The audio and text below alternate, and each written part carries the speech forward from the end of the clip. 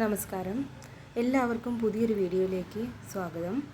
ഇപ്പോൾ നമ്മൾ new SCERT 6ാം ക്ലാസ്സിലെ ചാപ്റ്ററുകളാണ് പഠിച്ചുകൊണ്ടിരിക്കുന്നത്. കഴിഞ്ഞ ക്ലാസ്സിൽ നമ്മൾ 3ാമത്തെ ചാപ്റ്റർ പഠിച്ചു. ഇന്ന് നമുക്ക് 4ാമത്തെ ചാപ്റ്റർ ഗ്ലോബിൽ നിന്ന് ഭൂപടത്തിലേക്ക് എന്ന ചാപ്റ്ററാണ് ഡിസ്കസ് ചെയ്യാൻ പോകുന്നത്. അപ്പോൾ നമുക്ക് തുടങ്ങാം. ആദ്യം തന്നെ ഒരു കവിതാഭാഗമാണ്. സൂര്യനിൽ നിന്നൊരു ചുടുതി കുടമായി ശൂന്യാകാശ സരസിൽ വീണു തണുത്തു കിടക്കുന്നു മയങ്ങിയുണർന്നവളല്ലോ ഭൂമി, വായുവിലീറൻ ജീവകണങ്ങളെ വാരിച്ചൂടി ഭൂമി. ഇത് ഭൂമി സനാഥയാണ് എന്ന വയലാർ രാമവർമ്മയുടെ കൃതിയിൽ നിന്ന് എടുത്തിട്ടുള്ളൊരു ഭാഗമാണ്. സൂര്യനിൽ നിന്ന് അടർന്ന ഒരു തീക്കുടം ശൂന്യാകാശമാകുന്ന പൊയ്കയിൽ വീണ് തണുത്ത് മയങ്ങി ഉണർന്നാണ് ഭൂമിയായി രൂപപ്പെട്ടതെന്നും അന്തരീക്ഷത്തിൽ ഈറൻ ജീവഗണങ്ങളെ വാരിച്ചൂടി നിൽക്കുകയാണ് ഭൂമി എന്നുമാണ് വയലാർ രാമവർമ്മ പാടിയത്. അന്തരീക്ഷം, ജലം, അനുകൂല കാലാവസ്ഥ എന്നിവയാൽ സമ്പന്നമായ നമ്മുടെ ഭൂമിയുടെ യഥാർത്ഥ മാതൃകയാണ് ഗ്ലോബ്. ഭൗമോപരിതല സവിശേഷതകൾ മനസ്സിലാക്കുന്നതിനും സ്ഥാനനിർണയം നടത്തുന്നതിനും ഗ്ലോബ് ഉപയോഗിക്കുന്നു. ഗ്ലോബിലെ നെടുകയും കുറുകയുമുള്ള രേഖകൾ എന്താണെന്ന് മുൻ ക്ലാസ്സുകളിൽ പരിചയപ്പെട്ടിട്ടുണ്ട്. ഇനി കൂടുതൽ സവിശേഷതകൾ നമുക്ക് ഈ ഒരു പാഠത്തിലൂടെ നോക്കാം. ആദ്യമായി അക്ഷാംശരേഖകൾ, ലൈൻ ഓഫ് ലാറ്റിറ്റ്യൂഡ്. ഭൂകേന്ദ്രം ആധാരമാക്കി ഭൂമധ്യരേഖയുടെ ഇരുവശത്തേക്കും ഒരേ കോണീയ അകലത്തിലുള്ള ബിന്ദുക്കളെ തമ്മിൽ ബന്ധിപ്പിച്ചുകൊണ്ട് വരയ്ക്കുന്ന സാങ്കല്പിക രേഖകളാണ് അക്ഷാംശരേഖകൾ. അപ്പോൾ എന്താണ് അക്ഷാംശരേഖകൾ? ഭൂകേന്ദ്രം ആധാരമാക്കി ഭൂരേഖയുടെ ഇരുവശത്തും ഒരേ കോണീയ അകലത്തിലുള്ള ബിന്ദുക്കളെ തമ്മിൽ ബന്ധിപ്പിച്ചുകൊണ്ട് വരയ്ക്കുന്ന സാങ്കല്പിക രേഖകളാണ് അക്ഷാംശരേഖകൾ. ഭൗമോപരിതലത്തിൽ ഭൂമധ്യരേഖയ്ക്ക് സമാന്തരമായി വരയ്ക്കുന്ന അക്ഷാംശ വൃത്തങ്ങളാണ് ഇവ. ഇതിലെ 0 ഡിഗ്രി അക്ഷാംശ വൃത്തമാണ് ഏറ്റവും വലിപ്പമുള്ളത്. ഇതാണ് ഭൂമധ്യരേഖ. അപ്പോൾ 0 ഡിഗ്രി അക്ഷാംശ വൃത്തമാണ് ഏറ്റവും വലിപ്പമുള്ള അക്ഷാംശരേഖ. ഇതാണ് ഭൂമധ്യരേഖ. ഗ്ലോബിൽ ഭൂമധ്യരേഖയുടെ വടക്കു തെക്കാഴി അക്ഷാംശരേഖകൾ വരച്ചിരിക്കുന്നത് നിരീക്ഷിക്കൂ. എല്ലാ അക്ഷാംശ വൃത്തങ്ങൾക്കും ഒരേ വലിപ്പമാണോ? ഭൂമധ്യരേഖയിൽ നിന്നും ഇരുവശങ്ങളിലേക്ക് പോകുന്തോറും അക്ഷാംശ വൃത്തങ്ങളുടെ വലിപ്പം കുറഞ്ഞു വരുന്നതായി കാണാം. ഭൂമധ്യരേഖയെ അടിസ്ഥാനമാക്കി ഭൂമിയെ 2 അർദ്ധഗോളങ്ങളായി സങ്കല്പിക്കാം. ഭൂമധ്യരേഖയുടെ വടക്ക് ഭാഗത്തുള്ള അർദ്ധഗോളം ഉത്തരാർദ്ധഗോളം എന്നും തെക്കുഭാഗത്തുള്ള അർദ്ധഗോളം ദക്ഷിണാർദ്ധഗോളം എന്നും അറിയപ്പെടുന്നു. ഇനി ഇവിടെ കൊടുത്തിരിക്കുന്ന ബോക്സ് ഒന്ന് ഫില്ല് ചെയ്ത് നോക്കാം. ഉത്തരാർദ്ധഗോളത്തിൽ ഉൾപ്പെട്ട ഭൂഖണ്ഡങ്ങൾ ഏതൊക്കെയാണ്? ഏഷ്യ, വടക്കേ അമേരിക്ക, യൂറോപ്പ് എന്നിവയാണ് ഉത്തരാർദ്ധഗോളത്തിൽ ഉൾപ്പെട്ട ഭൂഖണ്ഡങ്ങൾ. ഏതൊക്കെയാണ്? ഏഷ്യ, വടക്കേ അമേരിക്ക, യൂറോപ്പ്. അടുത്തത് ദക്ഷിണാർദ്ധഗോളത്തിൽ ഉൾപ്പെട്ട ഭൂഖണ്ഡങ്ങൾ ഓസ്ട്രേലിയയും അന്റാർട്ടിക്കയും. 2 അർദ്ധഗോളങ്ങളിലുമായി വ്യാപിച്ചു കിടക്കുന്ന ഭൂഖണ്ഡങ്ങളാണ് ആഫ്രിക്ക, തെക്കേ അമേരിക്ക എന്നിവ. ഭൂമധ്യരേഖ അല്ലെങ്കിൽ 0 ഡിഗ്രി അക്ഷാംശ വൃത്തം ഭൂമധ്യരേഖയിൽ നിന്നും വടക്കോട്ടും തെക്കോട്ടും പോകുന്തോറും അക്ഷാംശ വൃത്തങ്ങളുടെ വലിപ്പം കുറഞ്ഞു വരുന്നതായി കാണുന്നു. അക്ഷാംശ വൃത്തങ്ങളുടെ വലിപ്പം കുറഞ്ഞുവെന്ന് 90 ഡിഗ്രി വടക്ക്, 90 ഡിഗ്രി തെക്ക് എന്നീ ബിന്ദുക്കളിൽ അവസാനിക്കുന്നതായി കാണാം. 90 ഡിഗ്രി വടക്കുള്ള അക്ഷാംശത്തെ ഉത്തരധ്രുവമെന്നും 90 ഡിഗ്രി തെക്കുള്ള അക്ഷാംശത്തെ ദക്ഷിണധ്രുവം എന്നും വിളിക്കുന്നു. ഭൂമധ്യരേഖയ്ക്ക് വടക്കുള്ള അക്ഷാംശങ്ങൾ ഉത്തര അക്ഷാംശങ്ങൾ എന്നും തെക്കുള്ള അക്ഷാംശങ്ങൾ ദക്ഷിണ അക്ഷാംശങ്ങൾ എന്നും അറിയപ്പെടുന്നു. ഇവിടെ ചിത്രത്തിൽ ഉത്തരധ്രുവവും ദക്ഷിണധ്രുവവും കൊടുത്തിട്ടുണ്ട്. ധ്രുവങ്ങളെ യോജിപ്പിച്ചുകൊണ്ട് ഭൂമിക്കുള്ളിലൂടെ ഒരു നേർരേഖ സങ്കല്പിച്ചാൽ അതാണ് ഭൂമിയുടെ അച്ചുതണ്ട്. ഈ സാങ്കല്പിക അച്ചുതണ്ടിനെ ആധാരമാക്കിയാണ് ഭൂമി ഭ്രമണം ചെയ്യുന്നത്. അച്ചുതണ്ടിന് ഭൂമിയുടെ പരിക്രമണ തലത്തിൻ്റെ ലംബത്തിൽ നിന്ന് 23.5 ഡിഗ്രി ചരിവുണ്ട്. ഇവിടെ ഒരു ഗ്ലോബിൻ്റെ ചിത്രം കൊടുത്തിട്ടുണ്ട്. അതിൽ ഭൂമി അതിൻ്റെ അച്ചുതണ്ടിൽ കറങ്ങുന്ന ഏകദേശം അളവാണ് കൊടുത്തിട്ടുള്ളത്. നോക്കാം. ഭൂമധ്യരേഖ കൊടുത്തിട്ടുണ്ട് 0 ഡിഗ്രിയാണ്. ഉത്തരായന രേഖ 23.5 ഡിഗ്രി, ദക്ഷിണായന രേഖ 23.5 ഡിഗ്രി തെക്ക്, ആർട്ടിക് വൃത്തം 66.5 ഡിഗ്രി വടക്ക്, അന്റാർട്ടിക് വൃത്തം 66.5 ഡിഗ്രി തെക്ക്, ഉത്തരധ്രുവം 90 ഡിഗ്രി വടക്ക്, ദക്ഷിണധ്രുവം 90 ഡിഗ്രി തെക്ക്. അപ്പോൾ ഇത്രയാണ് ഈ ബോക്സിൽ ഫില്ല് ചെയ്യാനുള്ളത്. അടുത്തത് രേഖാംശ രേഖകൾ. ഭൂകേന്ദ്രത്തെ ആധാരമാക്കി ഉത്തര ദക്ഷിണ ധ്രുവങ്ങളെ ബന്ധിപ്പിച്ചുകൊണ്ട് ഭൗമോപരിതലത്തിലൂടെ വരയ്ക്കുന്ന സാങ്കല്പിക രേഖകളാണ് രേഖാംശ രേഖകൾ എന്നറിയപ്പെടുന്നത്. ഒരേ വലുപ്പത്തിലുള്ള അർദ്ധവൃത്തങ്ങളാണിവ. രേഖാംശ രേഖയെ അടിസ്ഥാനമാക്കിയാണ് ഭൂമിയിൽ സമയം നിർണ്ണയിക്കുന്നത്. പ്രധാന രേഖാംശ രേഖകളാണ് 0 ഡിഗ്രി രേഖാംശ രേഖ, 180 ഡിഗ്രി രേഖാംശ രേഖ. 1 ഡിഗ്രി ഇടവിട്ട് ഇരു ധ്രുവങ്ങളെയും ബന്ധിപ്പിച്ചുകൊണ്ട് രേഖാംശ രേഖകൾ വരയ്ക്കുകയാണെങ്കിൽ നമുക്ക് 360 രേഖാംശ രേഖകൾ വരയ്ക്കാൻ കഴിയും. 0 ഡിഗ്രി രേഖാംശ രേഖയെ പ്രൈം മെറീഡിയൻ എന്നാണ് വിളിക്കുന്നത്. ലണ്ടന് സമീപമുള്ള ഗ്രീനിച്ച് എന്ന സ്ഥലത്തുകൂടി ഈ രേഖ കടന്നു പോകുന്നതുകൊണ്ട് ഗ്രീനിച്ച് രേഖ എന്നും ഇത് അറിയപ്പെടുന്നു. 0 ഡിഗ്രി രേഖാംശ രേഖയുടെ നേരെ എതിർവശത്തുള്ള രേഖയാണ് 180 ഡിഗ്രി രേഖാംശ രേഖ. ഇതിനെ ആധാരമാക്കിയാണ് അന്താരാഷ്ട്ര ദിനാങ്ക രേഖ വരച്ചിരിക്കുന്നത്. അന്താരാഷ്ട്ര ദിനാങ്ക രേഖ ഒരു നേർരേഖയല്ല. എന്തായിരിക്കും ഇതിന് കാരണം? കിഴക്കുനിന്ന് പടിഞ്ഞാറോട്ട് ഈ രേഖ മുറിച്ചു കടക്കുമ്പോൾ ഒരു ദിവസം നഷ്ടപ്പെടുകയും പടിഞ്ഞാറ് നിന്ന് കിഴക്കോട്ട് ഈ രേഖ മുറിച്ചു കടക്കുമ്പോൾ ഒരു ദിവസം അധികമാവുകയും ചെയ്യും. ഒരു രാജ്യത്തിനുള്ളിലെ വിവിധ സ്ഥലങ്ങളിൽ ഒരേ സമയത്തു തന്നെ വ്യത്യസ്ത ദിവസങ്ങൾ ഉണ്ടാകുന്നത് ഒഴിവാക്കുന്നതിനാലാണ് അന്താരാഷ്ട്ര ദിനാങ്ക രേഖയിൽ ചിലയിടങ്ങളിൽ വ്യതിചലനം കൽപ്പിച്ചിരിക്കുന്നത്.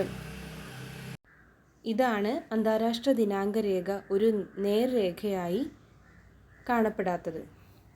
പ്രൈം മെറീഡിയനെ ആധാരമാക്കി ഭൂമിയെ കിഴക്കേ അർദ്ധഗോളമെന്നും പടിഞ്ഞാറേ അർദ്ധഗോളമെന്നും നമുക്ക് രണ്ടായി തിരിക്കാം. ഗ്രീനിച്ച് രേഖയ്ക്ക് കിഴക്കുള്ള രേഖാംശങ്ങളെ കിഴക്കൻ രേഖാംശങ്ങൾ എന്നും പടിഞ്ഞാറുള്ളവയെ പടിഞ്ഞാറൻ രേഖാംശമെന്നും വിളിക്കുന്നു. അതാണ് ഇവിടെ ചിത്രത്തിൽ കൊടുത്തിരിക്കുന്നത്. അപ്പോൾ ചുവടെ നൽകിയിരിക്കുന്ന രാജ്യങ്ങൾ ഏതൊക്കെ അർദ്ധഗോളത്തിലാണ് സ്ഥിതി ചെയ്യുന്നതെന്ന് ഗ്ലോബിൻ്റെ സഹായത്തോടെ കണ്ടെത്തി രാജ്യങ്ങളുടെ നേരെ രേഖപ്പെടുത്താനാണ് പറഞ്ഞിരിക്കുന്നത്. നോക്കാം. ഇന്ത്യ ഏത് അർദ്ധഗോളത്തിലാണ്? കിഴക്കേ അർദ്ധഗോളത്തിലാണ്. അമേരിക്കൻ ഐക്യനാടുകൾ പടിഞ്ഞാറേ അർദ്ധഗോളത്തിലാണ്. ബ്രസീൽ പടിഞ്ഞാറേ അർദ്ധഗോളത്തിലാണ്. ഇന്തോനേഷ്യ കിഴക്കേ അർദ്ധഗോളത്തിലാണ് സ്ഥിതി ചെയ്യുന്നത്. അക്ഷാംശ രേഖാംശ രേഖകൾ പരിചയപ്പെട്ടു. അക്ഷാംശ രേഖാംശ രേഖകളെ അടിസ്ഥാനമാക്കിയാണ് ഭൂമിയിൽ ഒരു സ്ഥലത്തിൻ്റെയോ പ്രദേശത്തിൻ്റെയോ വസ്തുവിൻ്റെയോ കൃത്യമായ സ്ഥാനം നിർണ്ണയിക്കുന്നത്. ഇവിടെ അക്ഷാംശ രേഖാംശ രേഖകളുടെ ഒരു ജാലികയാണ് ചിത്രത്തിൽ കൊടുത്തിരിക്കുന്നത്. ഇതിനെ ഗ്രാറ്റിക്യൂൾ എന്ന് വിളിക്കുന്നു. ഭൂപടത്തിലും അറ്റ്ലസുകളിലും അക്ഷാംശ രേഖകളുടെ ജാലിക കാണാൻ കഴിയും. ഇന്ത്യയുടെ സ്ഥാനം ഏതൊക്കെ അക്ഷാംശ രേഖാംശങ്ങൾക്കിടയിലാണെന്ന് കണ്ടെത്തി പട്ടികപ്പെടുത്താനാണ് പറഞ്ഞത്. ഇന്ത്യയുടെ സ്ഥാനം നോക്കാം. അക്ഷാംശം 8 ഡിഗ്രി വടക്ക് മുതൽ 38 ഡിഗ്രി വടക്ക് വരെ. രേഖാംശം 68 ഡിഗ്രി കിഴക്ക് മുതൽ 98 ഡിഗ്രി കിഴക്ക് വരെയാണ്. അടുത്തതായി ഭൂപ്രക്ഷേപങ്ങൾ. ഭൂമിയുടെ ഉപരിതല സവിശേഷതകളുടെ സൂക്ഷ്മമായ പഠനത്തിന് ഗ്ലോബ് മാത്രം മതിയാകില്ല. ഇന്ത്യയുടെ സ്ഥാനം ഭൂമിയിൽ എവിടെയാണെന്ന് കൃത്യമായി നിർണ്ണയിക്കാൻ അക്ഷാംശ രേഖാംശ രേഖകളുടെ ജാലികയാണ് നമ്മെ സഹായിച്ചത്. ഭൂപട നിർമ്മാണത്തിനുള്ള ചട്ടക്കൂട് ഈ അക്ഷാംശ രേഖാംശ രേഖകളുടെ ജാലികയാണ്. ഭൗമോപരിതല സവിശേഷതകളെ ചിത്രീകരിച്ചിട്ടുള്ള ഒരു പരന്ന പ്രതലമാണ് ഭൂപടം എന്ന് നമുക്കറിയാം. ഭൂമിയുടെ ഉപരിതലം വക്രമാണെങ്കിലും ഭൂപടം നിർമ്മിക്കേണ്ടത് പരന്ന പ്രതലത്തിലാണ്. ഇരുണ്ട പ്രതലത്തിലെ സവിശേഷതകളെ പരന്ന പ്രതലത്തിലേക്ക് മാറ്റി വരയ്ക്കുന്നത് ഭൂപട നിർമ്മാണത്തിലെ പ്രധാന വെല്ലുവിളിയാണ്. ഒരു ഗ്ലോബിനെ പരത്തി നമുക്ക് എങ്ങനെ ഭൂപടം നിർമ്മിക്കാൻ കഴിയുമെന്ന് നോക്കാം. ഗ്ലോബിനെ പരന്ന പ്രതലമാക്കി മാറ്റിയപ്പോൾ ധ്രുവപ്രദേശങ്ങളും ചില വൻകരകളും മുറിഞ്ഞു പോയതായി കാണുന്നു. ഇത്തരത്തിൽ ഗ്ലോബിനെ പരത്തി ഭൂപടം നിർമ്മിച്ചാൽ വികലമായ ഭൂപടമാകും കിട്ടുക. ഗ്ലോബിനെ ഒരു ടേസിംഗ് പേപ്പർ ഉപയോഗിച്ച് പൊതിഞ്ഞ ശേഷം ഭൂഖണ്ഡങ്ങൾ വരയ്ക്കാൻ ശ്രമിക്കൂ. മടക്കുകളും ചുളിവുകളും കാരണം അപാകതകൾ ഭൂപടമല്ലേ നമുക്ക് ലഭിക്കുക. ഗോളാകൃതിയിലുള്ള ഗ്ലോബിൻ്റെ ഉപരിതല സവിശേഷതകളെ ഇത്തരത്തിലുള്ള അപാകതകൾ ഇല്ലാതെ പരന്ന പ്രതലത്തിലേക്ക് എങ്ങനെ പകർത്തി ഒരു ഭൂപടം നിർമ്മിക്കാം? ഇതിനായി ഭൂപ്രക്ഷേപങ്ങൾ എന്ന സങ്കേതം ഉപയോഗിക്കുന്നു. അക്ഷാംശ രേഖാംശ രേഖകളുടെ ജാലികയെ ഏതെങ്കിലും പരന്ന പ്രതലത്തിലേക്ക് ശാസ്ത്രീയമായി പകർത്തുന്ന രീതിയാണ് ഭൂപ്രക്ഷേപങ്ങൾ. സുതാര്യമായ ഗ്ലോബിനുള്ളിൽ ഒരു പ്രകാശ സ്രോതസ്സ് സജ്ജീകരിച്ച് അക്ഷാംശ രേഖാംശ രേഖകളും ഭൂതല സവിശേഷതകളും പരന്ന പ്രതലത്തിലേക്ക് മാറ്റി വരയ്ക്കുകയാണ് പരമ്പരാഗത രീതി. പ്രതലത്തിൻ്റെ ആകൃതിയുടെ അടിസ്ഥാനത്തിൽ ഭൂപ്രക്ഷേപങ്ങളെ മൂന്നായി തിരിക്കുന്നു. സിലിണ്ടറിക്കൽ പ്രക്ഷേപം, ശീർഷതല പ്രക്ഷേപം, കോണിക്കൽ പ്രക്ഷേപം. ആദ്യമായി സിലിണ്ടറിക്കൽ പ്രക്ഷേപം. സുതാര്യമായ ഗ്ലോബിൽ ഒരു പ്രകാശ സ്രോതസ്സ് സജ്ജീകരിച്ചിരിക്കുന്നു. അതിനെ ആവരണം ചെയ്ത് സിലിണ്ടറിക്കൽ ആകൃതിയിലുള്ള പ്രതലം വച്ചിരിക്കുന്നു. ഗ്ലോബിനെ വലയം ചെയ്തിരിക്കുന്ന സിലിണ്ടറിക്കൽ ആകൃതിയിലുള്ള പ്രതലത്തിലേക്ക് അക്ഷാംശ രേഖാംശങ്ങളുടെ ജാലിക പകർത്തുന്നു. ഇതാണ് സിലിണ്ടറിക്കൽ പ്രക്ഷേപം. ഇതിൻ്റെ ഉപയോഗം ഭൂമധ്യരേഖ പ്രദേശങ്ങളുടെ കൃത്യതയാർന്ന ഭൂപട ചിത്രീകരണത്തിനായി ഈ ഭൂപ്രക്ഷേപം പ്രയോജനപ്പെടുത്താവുന്നതാണ്. അടുത്തത് ശീർഷതല പ്രക്ഷേപം. സുതാര്യമായ ഒരു ഗ്ലോബിൻ്റെ മധ്യഭാഗത്ത് പ്രകാശ സ്രോതസ്സും മുകൾ ഭാഗത്ത് പരന്ന പ്രതലവും വയ്ക്കുന്നു. പ്രകാശ സ്രോതസ്സ് തെളിയിക്കുമ്പോൾ മുകളിൽ വെച്ചിട്ടുള്ള പ്രതലത്തിൽ ആ പ്രദേശത്തെ അക്ഷാംശ രേഖാംശ രേഖകളുടെ ജാലിക തെളിയുന്നു. ഇത്തരത്തിൽ ശീർഷതല പ്രക്ഷേപം ഉപയോഗിച്ച് അക്ഷാംശ രേഖാംശങ്ങളുടെ ജാലിക ഒരു പരന്ന പ്രതലത്തിൽ തയ്യാറാക്കുന്നു.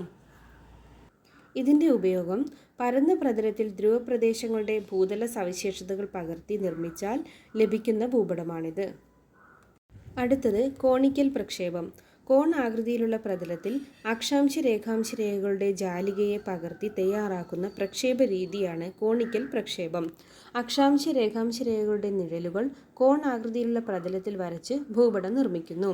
ഇതിൻ്റെ ഉപയോഗം മധ്യ അക്ഷാംശ രേഖാ പ്രദേശങ്ങളുടെ ഭൂപട നിർമ്മാണത്തിന് ഈ പ്രക്ഷേപം കൂടുതലായി ഉപയോഗിക്കുന്നു. കോൺ ആകൃതിയിലുള്ള പ്രതലത്തിൽ അക്ഷാംശ രേഖാംശ രേഖകളുടെ ജാലിക പകർത്തി നിർമ്മിച്ചാൽ നമുക്ക് ലഭിക്കുന്ന ഭൂപടമാണ് ചിത്രത്തിൽ കൊടുത്തിരിക്കുന്നത്.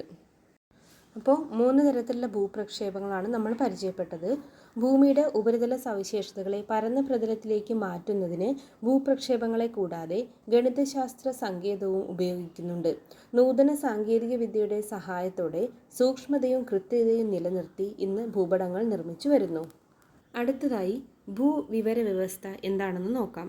ഭൂമിശാസ്ത്ര വിവരങ്ങൾ ശേഖരിക്കുകയും വിശകലനം ചെയ്യുകയും സൂക്ഷിച്ചു വയ്ക്കുകയും അവശ്യ സന്ദർഭങ്ങളിൽ ഭൂപടങ്ങൾ, ഗ്രാഫുകൾ, പട്ടികകൾ മുതലായ രൂപങ്ങളായി ദൃശ്യവൽക്കരിച്ച് പ്രയോജനപ്പെടുത്തുന്ന സംവിധാനമാണ് ഭൂവിവര വ്യവസ്ഥ, അല്ലെങ്കിൽ GIS. അതായത് അതിൻ്റെ ഫുൾ ഫോമാണ് ജിയോഗ്രാഫിക്കൽ ഇൻഫർമേഷൻ സിസ്റ്റം.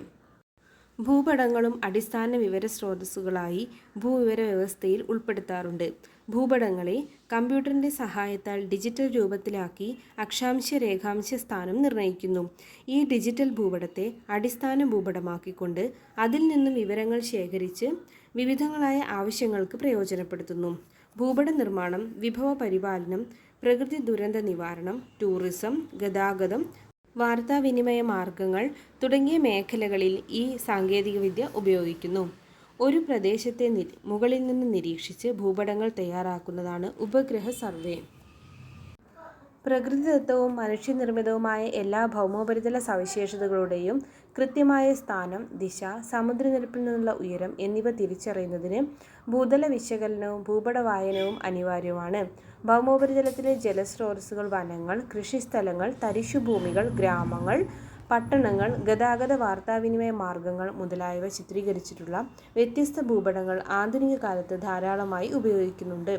ഗോളാകൃതിയിലുള്ള ഭൂമിയുടെ ഉപരിതല സവിശേഷതകൾ പരന്ന പ്രതലത്തിലേക്ക് പതിക്കുമ്പോൾ അല്ലെങ്കിൽ പകർത്തുമ്പോൾ വരുന്ന മാറ്റങ്ങളും തിരിച്ചറിഞ്ഞു നിത്യജീവിതത്തിൽ ഭൂപടങ്ങൾ ഉപയോഗപ്പെടുത്തുന്ന അവസരങ്ങളിൽ ശരിയായ ഭൂപട വായന അനിവാര്യമാണ്. അപ്പോൾ ഇത്രയാണ് ഈ ഒരു ചാപ്റ്റർ. അപ്പോൾ എല്ലാവരും നന്നായിട്ട് പഠിക്കുക, ക്ലാസ് കേൾക്കുക, ഇഷ്ടമായെങ്കിൽ ലൈക്ക് ചെയ്യുക, സബ്സ്ക്രൈബ് ചെയ്യുക, സപ്പോർട്ട് ചെയ്യുക. Thank you for watching.